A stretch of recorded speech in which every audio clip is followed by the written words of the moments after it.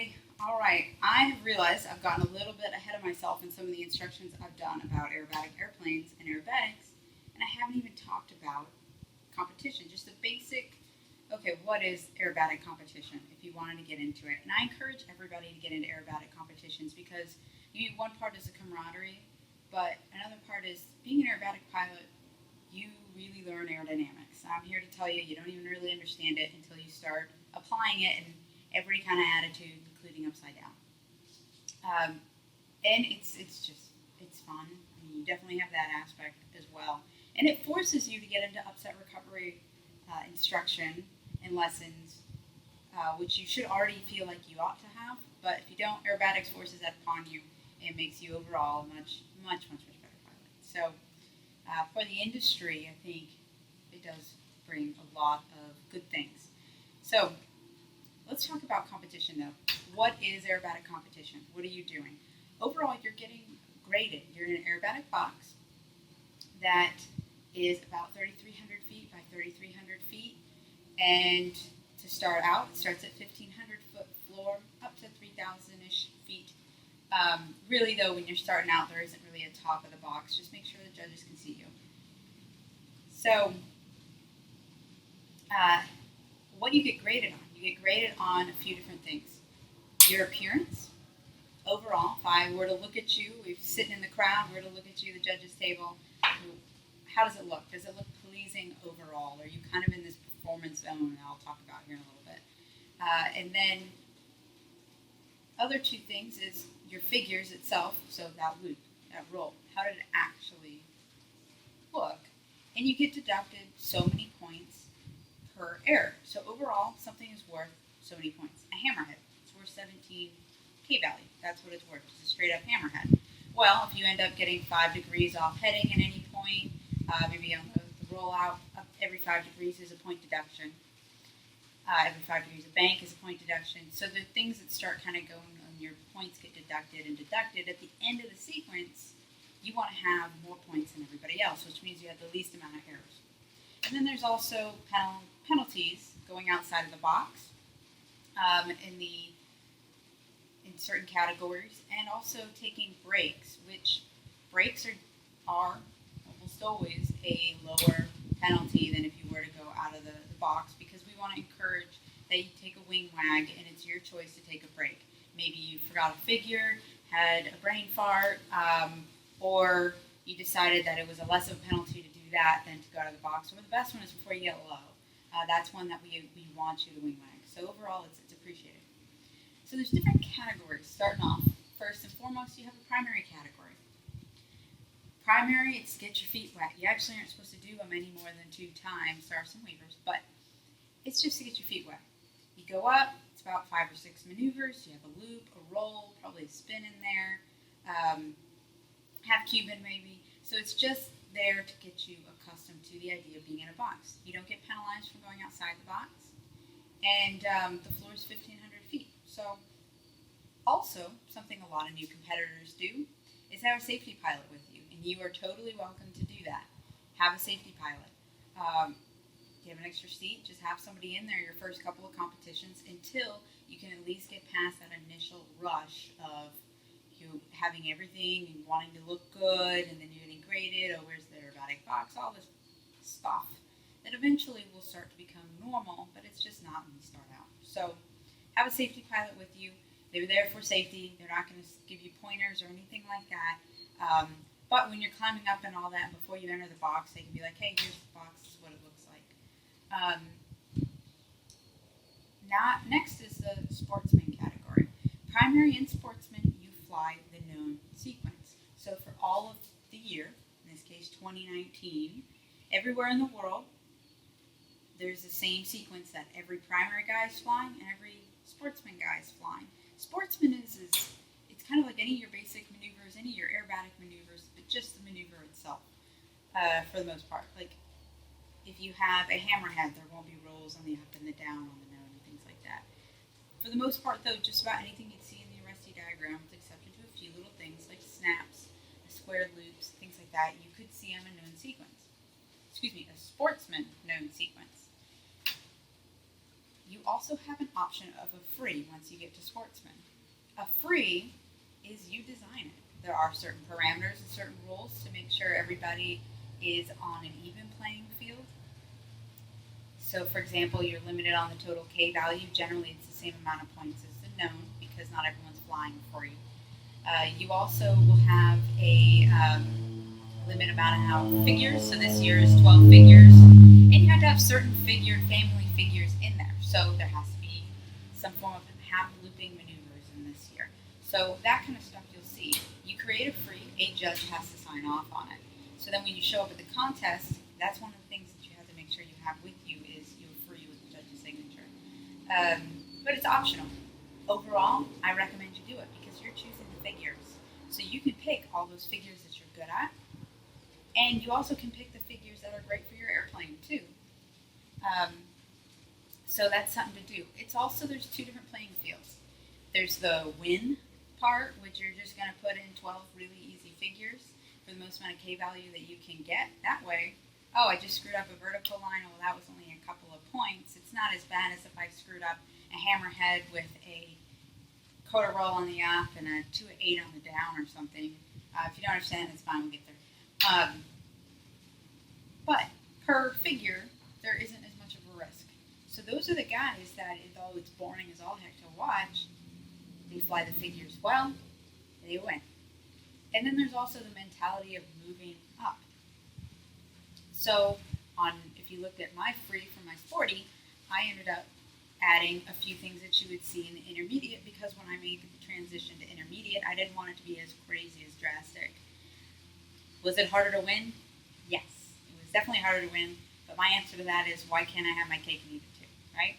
All right, so then there is intermediate. Intermediate, you're starting to add a few extra items to each figure. You're going to start seeing rolls on your vertical lines, snap rolls, square loops, all of that.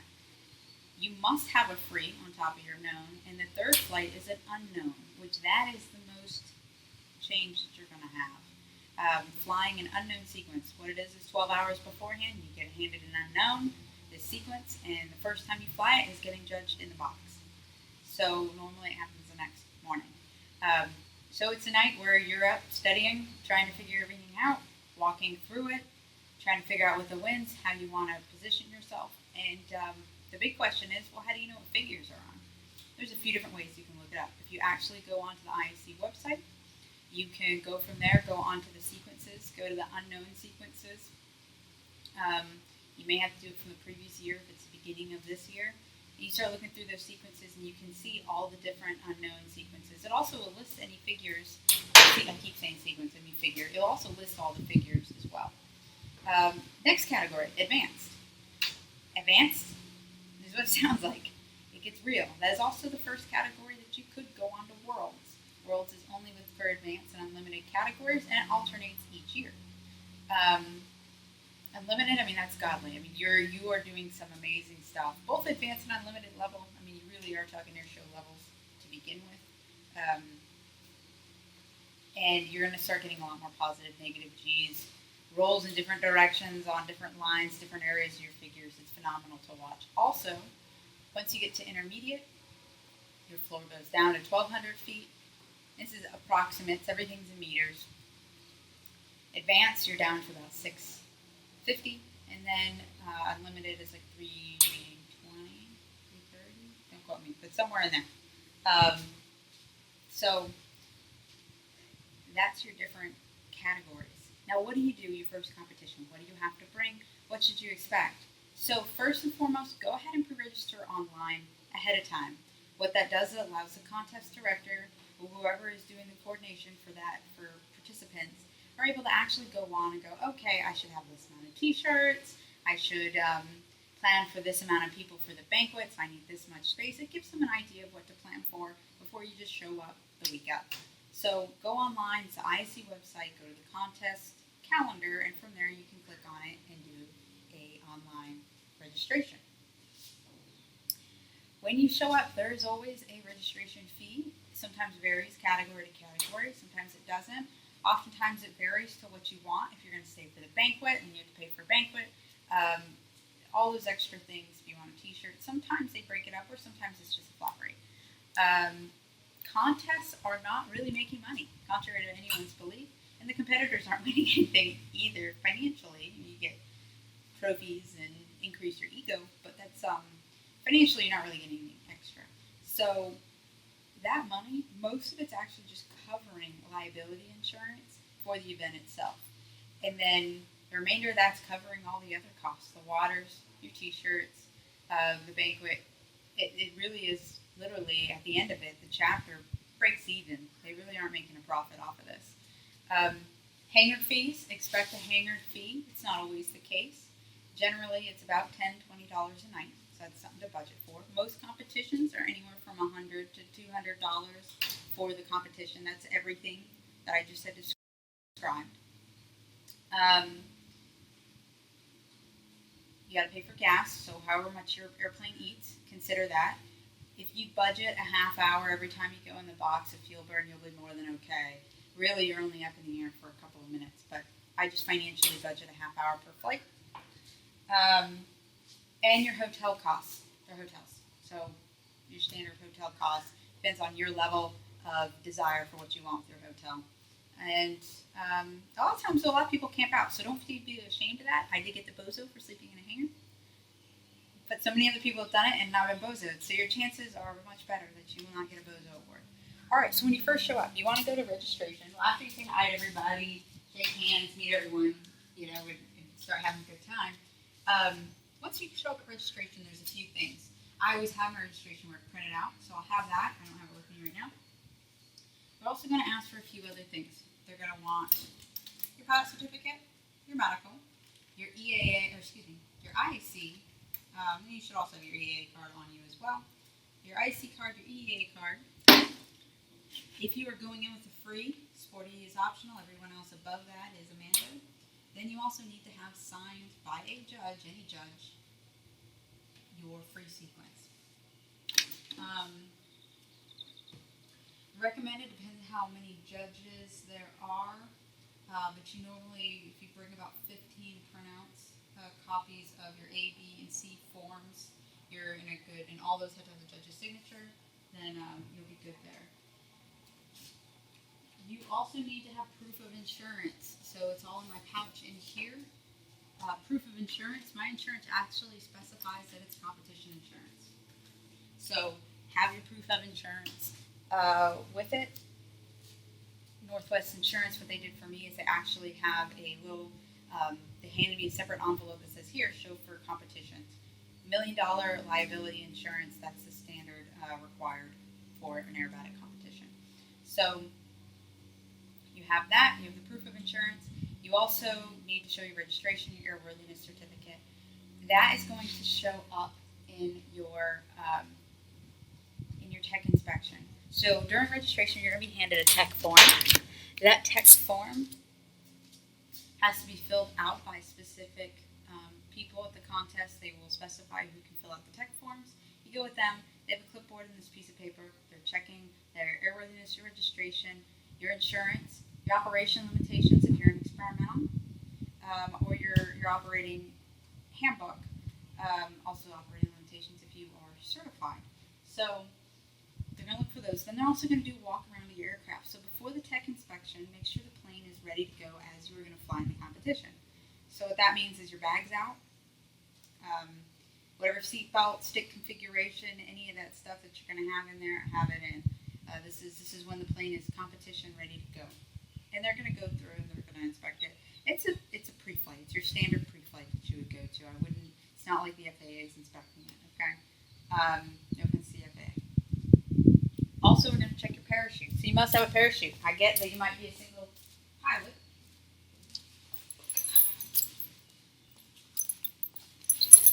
I have been to competitions where they require you pay for it to be packed while you're at the competition. That's not a standard thing, though.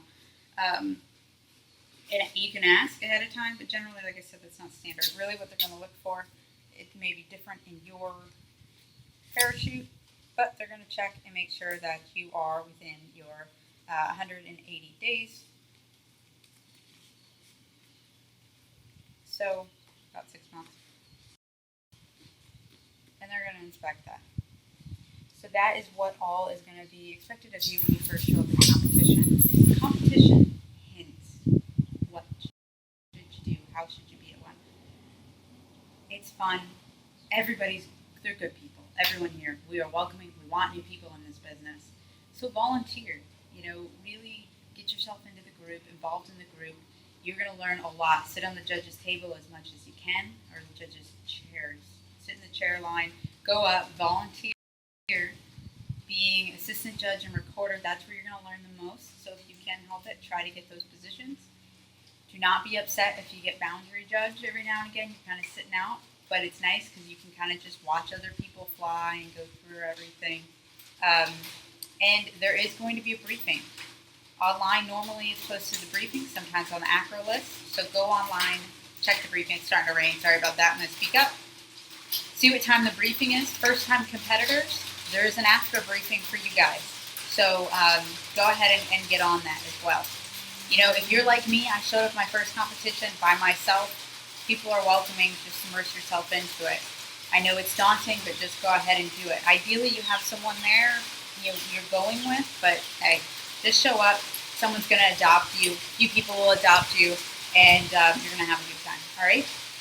And if you really do have any questions, please reach out to me. I got the Instagram, I got the Facebook, and I got the Netflix channel. So reach out to me. I'm willing to answer any and all questions that you have as well. All right, you guys. Well, I'll talk to you later. I don't know how much better you can hear me. Take care. Bye.